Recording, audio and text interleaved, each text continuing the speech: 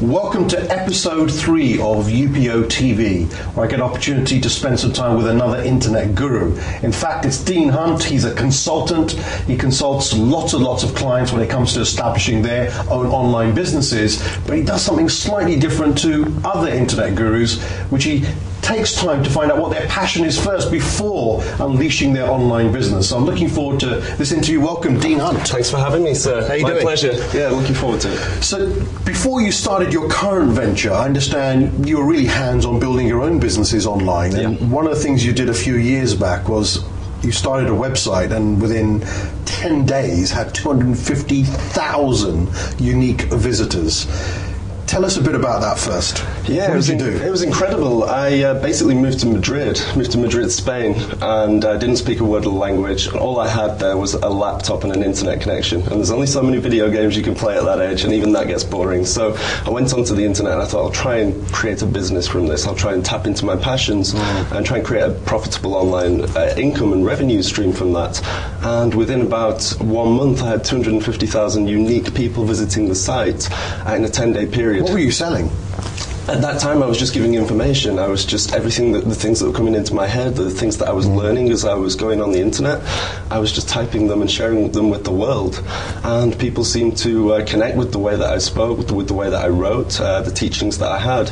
And it kind of just went crazy, really. We live in a viral word-of-mouth society on the internet. So if you have a big idea or a big dream or a big passion, people will tell their friends and their friends via email, via social media. And that's basically what it did. So just going back in case someone's watching this for the first time thinking, I would love to do that. I'm new in the internet world. What would be 1, 2, 3 steps that they could go through just briefly? Absolutely. They've got a site. There's obviously key things that you did that generated that amount of traffic within 10 days. Yeah, a couple of things. Even before the site, the most important thing is to tap into your passion. So if you're really into dog grooming or cinema, there's no point just trying to create a website just because a friend has made money from it. It's not going to work. You're not the friend. So you got to tap into what you love, what you're best at. So step 1 absolutely has to be tap into your passions, your desires, your loves. Then just share your content with the world. Try and entertain. So don't just go out there and teach in a school manner. Try and make it fun. Try and make it creative. Try and make it interesting. So let's take the example of dog grooming. Yeah. Someone's passionate about dog grooming. They've already got quite a few dogs. They've always been passionate about dogs. They want to now launch their website. It's about dog grooming. What would be some of the steps there when you're talking about entertaining, you called it? Well, they've got to self-publish. So they've got all this knowledge up here, and they've got to get that out and share it with the world. So they've got to publish that, and you can do that so easily, Reg, on the internet these days. All the tools that 10 years ago cost you a small fortune are completely free. It doesn't cost you a cent these days, and we're very, very fortunate these days. So publish, get a blog, get a website, completely free, very easy to set up, and just start talking. Don't worry about perfection. Perfection is the thing that holds 90% of people back.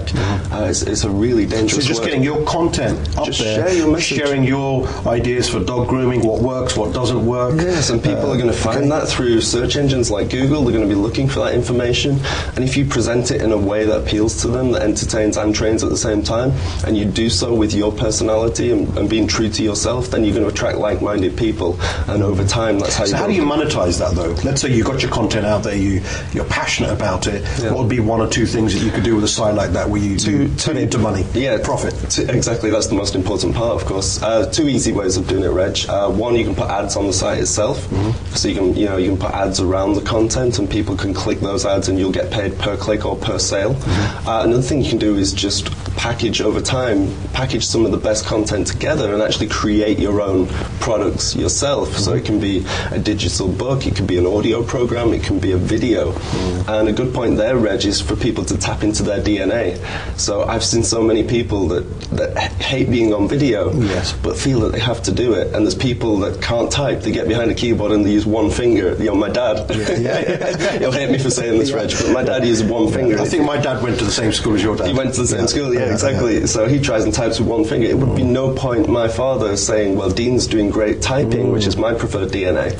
So I'm going to copy that. You know, be true to yourself. If you find your passion, if you find your DNA, your strengths, your weaknesses, you're halfway there. Yeah. And then it's just going out and talking about the things you love, which you're doing anyway. So if someone's not technical, can they still do this? I'm not technical. Okay. I've been doing this 6 years and I still don't know what HTML stands for, which is the web code. I have absolutely no experience in coding, programming, technical stuff. Luckily, that's the cheap and easy part. Okay. It's the ideas and the knowledge and the passion that you maybe can't by the end of outsource the series we'll ask a few of the other experts what HTML stands for. Can you let me know? I'd love to know. Yeah, hopefully by the end of this event and this interview I'll know that. But I have no technical experience. I still don't. And again, that's tapping into your DNA. If you're not the technical left-brained kind of person, why spend years trying to master that stuff? That makes absolute sense, and I can relate to that with some of the work that I've done with people. So we're just going to go over and see Dean Hunt live on stage giving a bit of his talk, an up-and-coming event here for the Unlimited Power Online conference in Dubai. So we'll be back in a few seconds.